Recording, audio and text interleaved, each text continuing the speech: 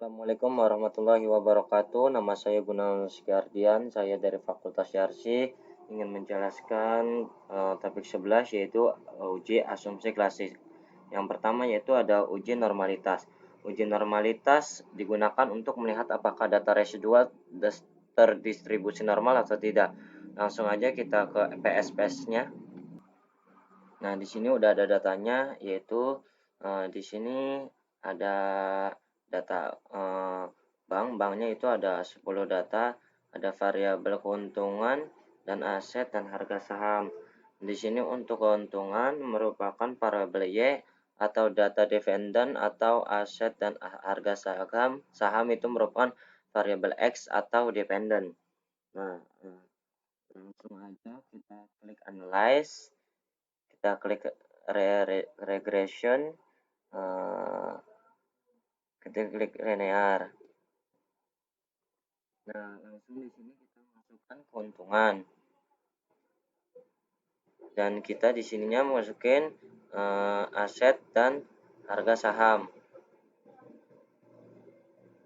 Nah, kalau udah kita klik statistiknya, kita klik tidak usah diganti, langsung ke plotnya aja. Yang spread kemasukkan ke X. Nah, yang stress ID ya, kita masukkan ke Y. Nah, kita histogramnya kita klik checklist, normal probability-nya plotnya kita checklist, lalu kita continue, lalu kita klik OK. Nah, kemudian di sini lagi loading. Nah, ini kemudian ada hasil outputnya. Ini merupakan data-data yang sudah keluar dari outputnya, lagi proses. Nah, di sini ada data histogram. Nah, di sini ada data histogram yaitu data yang histogramnya ini berdistribusi normal karena tidak melenceng ke kiri dan tidak melenceng ke kanan. Dan garisnya ini mengenai semua diagram yang ada di histogram keuntungan. Kemudian kita lihat yang normal BB plot. Nah, ini garis diagonal ini dari titik ujung sini dari ujung sana, yaitu ini ada data respondennya. Nah, titik-titik ini itu mendekati garisnya. Nah, lalu ke pengujian yang selanjutnya yaitu untuk membuktikan dengan data bahwa ini berdistribusi normal atau tidak. Caranya yaitu kita menggunakan uji one sample KS. Di uji one sample KS itu ada dua cara. Cara yang pertama untuk uji one sample KS itu klik analyze, non-parametric test, regulation dialog, one sample KS. Nah, di sini tes variabel list-nya itu kita masukin ketiganya, keuntungan, aset-aset, dan harga saham. Nah, kemudian distributionnya kita tetap normal, kita lalu klik OK. Nah, di sini udah keluar outputnya yang ada di sini. Nah, di sini ada namanya N atau jumlah mana ini. Nah, di sini ada one sample holograph t-test. Nah, di sini kita bisa ngelihat di uji one sample KS itu di uji data normalnya atau tidaknya. Nah, di sini kita lihat sin tuk-tuk-tel. Bisa kita lihat 0,031 lebih besar dari 0,05. Nah, yang di aset yaitu 0,30 juga lebih dari 0,5 dan harga saham yaitu 0,106 yaitu lebih dari 0,05 yang artinya data keuntungan aset harga saham adalah data yang berdistribusi normal. Nah, lanjut uji normalitasnya menggunakan data residual. Nah, yang pertama kita lakukan adalah kita klik analyze, kemudian regression, lalu linear. Nah, untuk dependen dan independent S-nya yaitu kita masih sama, lalu di plots-nya itu series ID-nya dan zipred-nya masih sama. Yang save-nya kita ganti residualnya on standardization-nya kita klik. Nah, yang sebelah sini deh. Nah, kita klik continue, kita klik OK. Nah, di sini datanya telah ke input. Kita langsung aja uji one sample KS-nya. Kita klik analyze.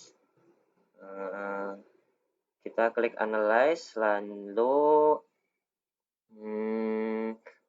non parametric test, regulation dialog, kita ke one sample KS. Nah, di sini untuk tes variabelnya kita keluarkan semua karena kita akan menggunakan tes variabelnya, tes listnya itu unstandard res ini. Lalu kita klik OK aja langsung. Di sini tabel one sample KS-nya itu datanya itu ada 10, ada meannya, ada standar deviasi. Nah, di sini untuk sintotel-nya itu lebih 0,0200, lebih dari 0,5. Maka datanya berdistribusi normal. Nah, lanjut ke pengujian yang kedua, yaitu uji multikoloneritas. Jika hubungan itu mendekati 1, berarti sempurna. Syarat lolosnya itu nilai korelasinya harus kurang dari 0,80. Dapat juga dengan melihat jika nilai tolerance lebih besar atau sama dengan 0,10 atau nilai IV-nya variance inversion factor itu kurang dari 10, maka tidak ada multikoliniaritas. Kriteria pengujiannya itu jika nilai toleransi lebih besar daripada 0,10 atau 10% dan nilai VIF-nya kurang dari 10, maka data tidak mengalami multikoliniaritas dan sebaliknya. Langsung aja ke pengujiannya, yaitu kita klik analyze, kemudian regression, lalu linear regression. Nah, di statistiknya itu kita udah ke checklist, kita ditambahkan convariance matrix dan collinearity diagnostic. Lalu kita klik continue. Nah, dan di sini save-nya ya kita unchecklist ya, kita ganti checklist, kita klik OK, continue, lalu kita klik OK. Nah, di sini kita lihat ada di tabel koefisien, yaitu harus fokus kepada coherence dan mana tadi? Bentar. Nah, di sini ada namanya coefficient relation. Nah, di sini kita fokus kepada tabel koefisien tolerance dan FIV-nya. Nah, di sini sama-sama hasilnya aset dan harga saham 0,533, yang artinya berarti sudah di atas 0,10. Nah, berarti data tersebut itu tidak mengalami multikolonialitas. Nah, kemudian kita lihat di VIF-nya untuk aset dan harga sahamnya, di sini hasilnya itu 1,876 dan 1,876. Kan lebih dari 10. Kita simpulkan bahwa data di sini tidak terjadi data kolonialitas. Nah, sekarang yang ketiga itu uji autokorelasi. Tujuannya untuk menguji regresi ditemukan adanya korelasi antara kesalahan pengganggu residual pada periode dengan periode sebelumnya. atau T dikurang 1. Menurut Ghazali 2011, ada beberapa pengujian yang dapat dilakukan seperti uji Durbin-Watson atau DW, uji Language Multiplier atau LM, uji statistik Q, box pairs, dan Lejeune box, serta uji Rantes. Nah, di sini langsung saja ke pengujiannya. Nah, yaitu untuk pengajiannya kita klik analyze, kita klik regression, mana regression? Kita klik linear. Nah, di sini untuk dependennya harga sahamnya tetap sama. Kita lalu kita masuk ke statistik. Nah, untuk residualnya, Durbin-Watsonnya kita klik checklist, lalu kita klik continue, lalu kita klik OK.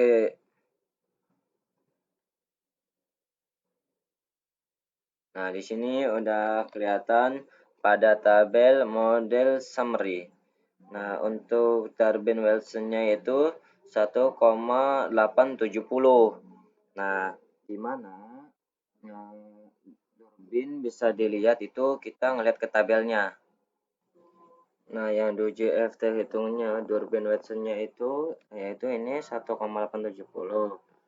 Nah, kita lihat di tabel Durbin-Watson. Nah, ini datanya untuk K2 yaitu DL-nya yaitu 0,697.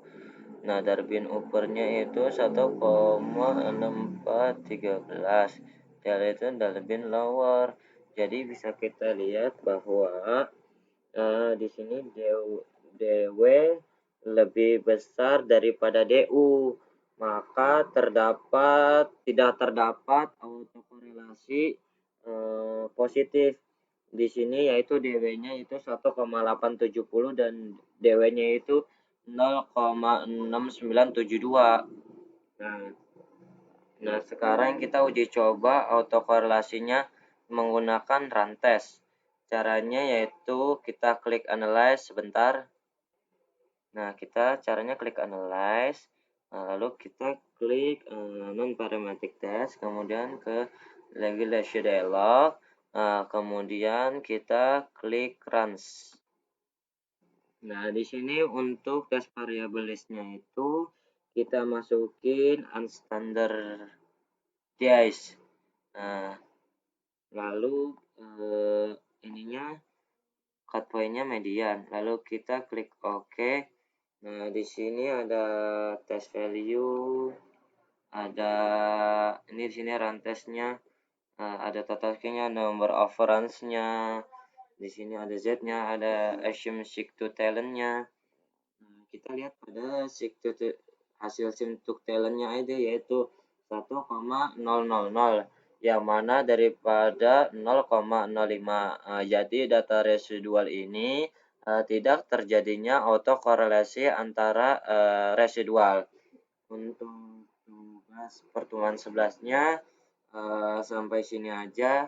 Wallahumma muwaffiq ila aqwamit thoriq. Assalamualaikum warahmatullahi wabarakatuh.